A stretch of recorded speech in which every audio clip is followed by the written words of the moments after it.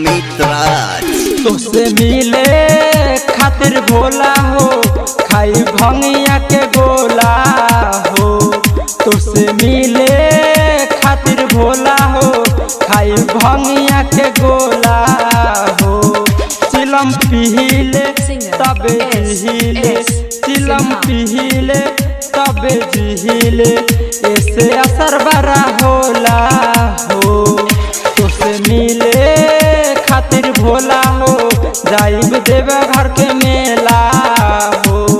तुझसे मिले खातिर भोला हो, जाइब माना के मेला हो।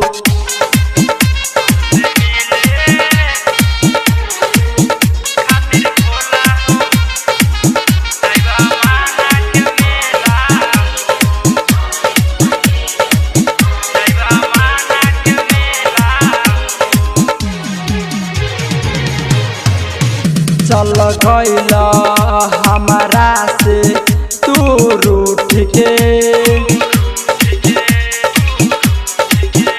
अब बाबे सहारा रौरा बूट के।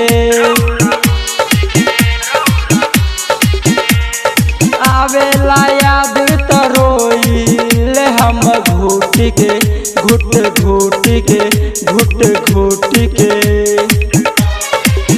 चल गइला हमारा से तू रूठ के,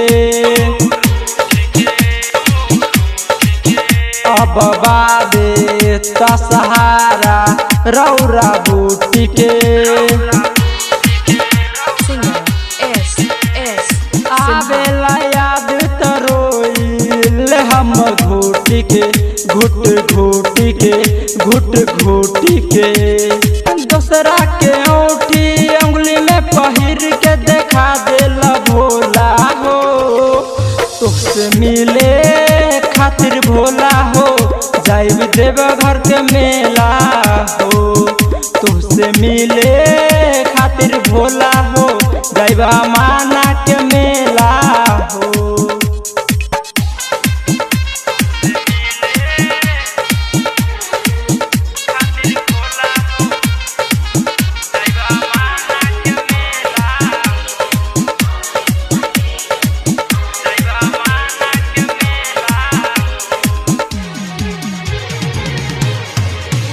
बन जाइब अब हम त ब्रह्मचारी जी, अब रहब सेवक बन के रौरे दुआरी जी। हमारा तो दिल से प्यार दिहल उतारी जी, उतारी जी, उतारी जी। बन जाइब अब हम त ब्रह्मचारी जी, अब रहब सेवक बन के रौरे दुआरी जी।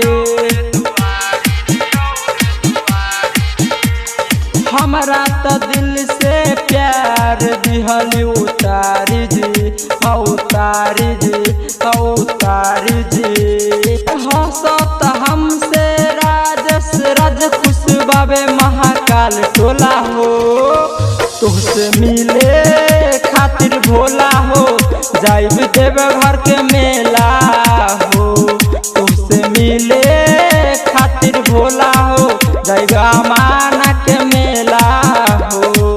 रिकॉर्डिंग बाई जय Ganga studio Sursand. Mobile number 91 220 75 111 है।